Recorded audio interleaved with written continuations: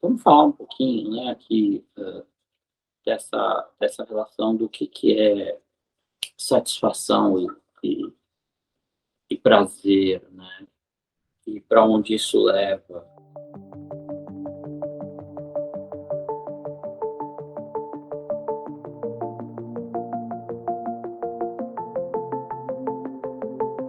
Então, pessoas, mais uma vez, bom dia, boa tarde, boa noite.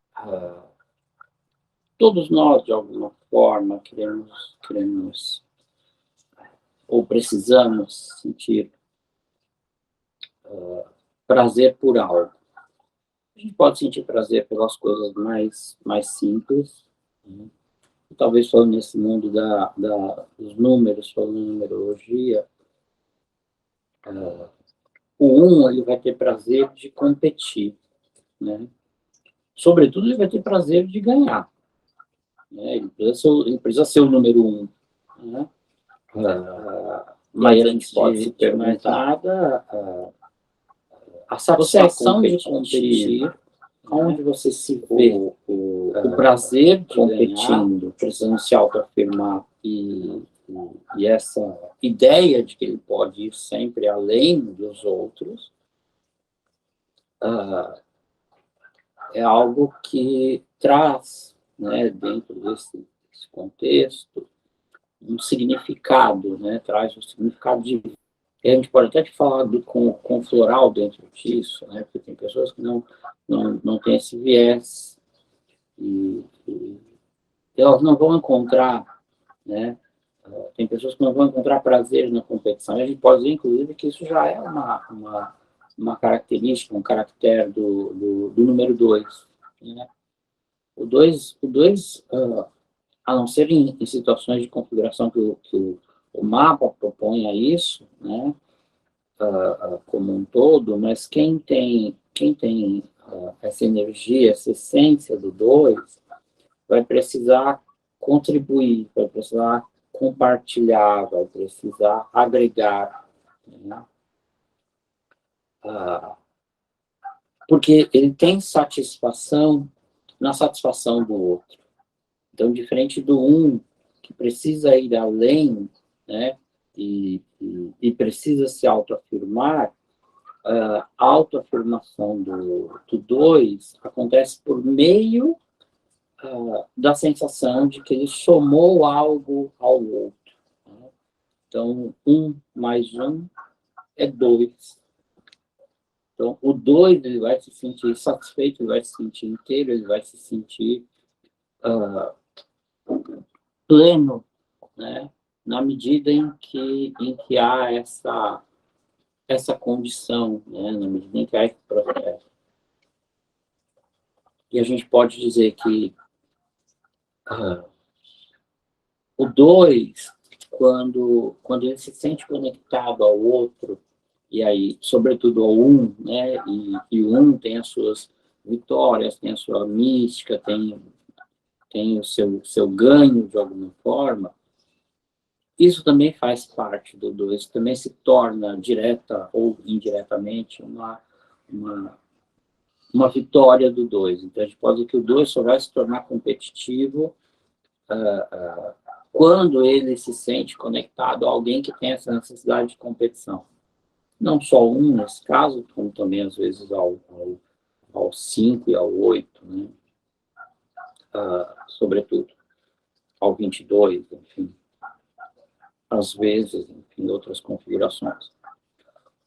O 3, ele tem um aspecto, né, de prazer, que é muita coisa do prazer mental, né? Enquanto o 2 precisa estar na conexão, enquanto o 2 tem a necessidade, né, de se sentir na ligação, né, com o outro, o 3 já é esse mundo mais das ideias, do pensamento, da fala, né?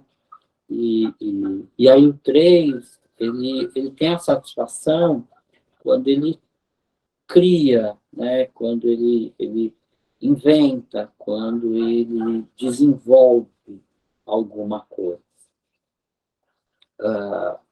E aí ele vai se sentir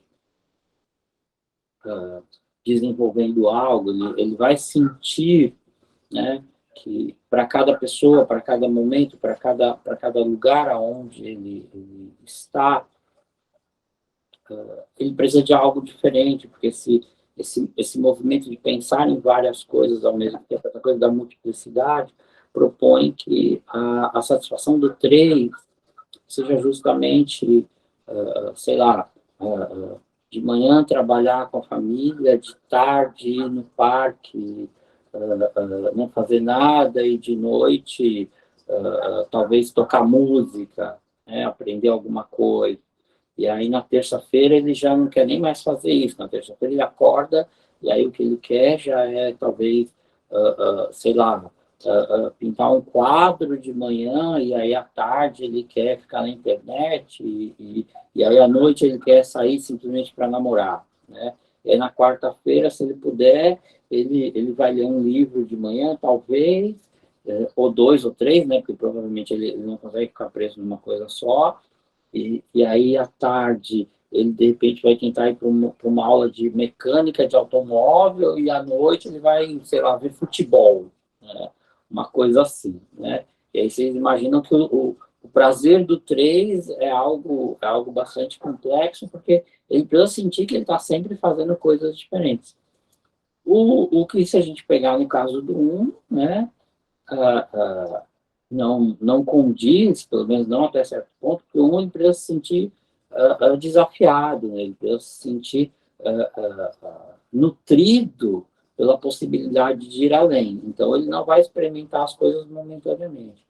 O 3, ele experimenta as coisas, ele vai buscar esse estado de satisfação à medida que ele está indo um pouco para cada coisa, né? E a partir do momento que ele vai lá, experimenta, entende o que está acontecendo, né? Eu vou dar um exemplo aqui. O 3 é aquela pessoa que, se ele se inscrever para uma aula de natação, por exemplo, mas eu paguei caro, eu não sei o que. O 3 nem pensa nisso, o 3 vai lá, eu fui em 6 aulas, aprendi lá um tanto de coisa, eu já sei o que eu queria. Mas você pagou 12 aulas. Não, mas eu já acabou, enjoei. Eu já fiz lá o tanto que eu queria, tá bom. Né? Quem sabe no final do semestre ele vai lá, já que está tudo pago, no final do semestre ele vai lá e faz as últimas 2 aulas, só para, tipo, não tinha nada melhor para fazer, vim aqui, né? Tipo, só para concluir, né? Mas ele já aprendeu o que ele queria, então tá tudo certo, né? E o 3 funciona assim. Diferente do 4, que tem esse processo de que o 4 ele tem uma coisa muito forte com essa sensação de o prazer é também muito essa coisa da responsabilidade, que reverbera um pouco também com o 6, mas o 4 ele precisa muito dessa questão de materializar, de concluir, de concretizar, de fechar, né? De estruturar algo. E o 4, ele prima pelo processo da eficiência. Então, muitas vezes a satisfação do 3, olha, a satisfação do 4, é essa coisa da responsabilidade e é essa coisa da eficiência. Então, a gente pode dizer que o 1 e o 4 são bons concorrentes, né? Embora por motivos diferentes, mas eles são energias análogas nesse sentido de ter que provar algo, né? E o 4, necessariamente, ele não quer ir além, mas o 4, a satisfação dele é de provar que o que ele faz é o mais eficiente que possa se fazer dentro daquele contexto onde ele está, dentro daquilo que ele vive.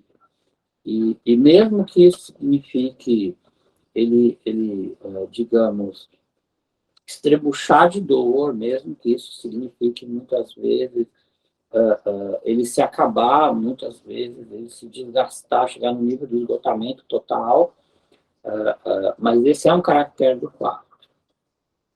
A partir do momento que ele assume algo, ele só está satisfeito com a sensação, o sentimento e a percepção de que ele concluiu, que ele fechou aquele ciclo, aquele quadro. E aí a gente pode dizer que na soma desses números, né, 5, 6, 7, 8, 9, 11, 22, e mesmo pensando em outras configurações, cada um deles vai se desdobrar um pouco nessa métrica do 1, do 2, do 3 e do 4. E aí nisso vai mesclar um pouco essa questão da aceitação, vai mesclar um pouco essa coisa, às vezes, ou do não reconhecimento, da culpa, né, da rejeição, e muitas vezes vai vir também um pouco esse processo da amargura, né, que são questões que têm a ver com o 1, 2, o 3 e o 4, né? Assim como quando essas questões, esses aspectos se juntam, o 4 também tem é que assim, o 2, o 3, o 4, eles têm perspectivas de relacionamento com a coisa da culpa, né? Um pouco diferente do 1. Um de fato é mais egoísta nesse sentido. Mas o 2, o 3 e o 4 se relacionam com a culpa, quando eles não conseguem se sentir satisfeitos por aquilo que eles realizaram, ou por aquilo que eles podem realizar, a autoexigência, o excesso de pensamento, a sensação de não estar agregando, né, de desagregar algo, né, em relação ao meio, faz com que eles fiquem presos nesse processo da culpa, até o momento que eles desenvolvam um certo entendimento que a satisfação, o prazer, a troca, está muito ligado também ao modo como a gente cria uma expectativa de que as coisas têm que acontecer dentro de uma determinada meta. Porque para o 2, ele tem essa satisfação no outro, mas ele não percebe que muitas vezes a satisfação dele também é um tipo de dependência. E o 3 tem esse modelo de satisfação, ele tem essa busca, busca mudar. Isso é o que deixa essa variedade de coisas, idade dele, mas ao mesmo tempo, quando isso para de ser algo satisfatório, ele acelera o processo de busca, o processo de experimentar várias coisas rapidamente, e sem criar um vínculo, sem criar uma referência, a ponto de virar dispersão. Né? E essa dispersão faz com que nada se concretize. Diferente do 4, que vai concretizando. Mas aí parece que mais ele está nesse processo, e quando ele acha que ele vai controlar ao redor dele, né, um aspecto do 4, essa coisa do olho, ele se esforça para controlar tudo ao redor dele, que aí quando ele para, né, quando ele acha que não vai mais ter controle, ele começa a ter medo de perder, inclusive, aquilo que ele já construiu. E esses medos levam, né, de fato, muitas vezes uma paralisia, até mesmo podemos dizer, há um excesso de limitação e até uma desconstrução daquilo que foi produzido. Mas como assim desconstruir, né? O 4 traz essa coisa da austeridade, da constância, da estabilidade. Então, mas quando o 4 paralisa, ele não consegue mais fazer a manutenção das coisas na vida dele. Né? E aí, assim, ter uma casa. Melhor do quarto é a casa. Então, assim, se você tiver uma casa, vamos pensar uma casa na praia. Mas essa casa está fechada lá durante 50 anos. Quando você voltar, quando alguém entrar naquela casa de 50 anos, ela não vai estar como ela foi deixada, né? Provavelmente, no mínimo, vai ter pó, vai ter umidade, vai ter, enfim, deterioração, né? Então, a gente pode, quando ele chega no ponto de culpa, ele paralisa, né? O 3, quando ele exagera, né, nessa extrapolação da multiplicidade, é um padrão, um nível de culpa, onde ele está buscando tentar fugir da culpa por conta do excesso de coisas. E o 2, ele busca fazer dessa frustração para alimentar, para agregar algo ao outro. E aí quando o 2 para de produzir isso, para de trazer algo para o outro, ele sente como se ele perdesse o vínculo de proteção. Porque se ele não pode proteger o outro, é como se ele também não se sentisse sendo protegido.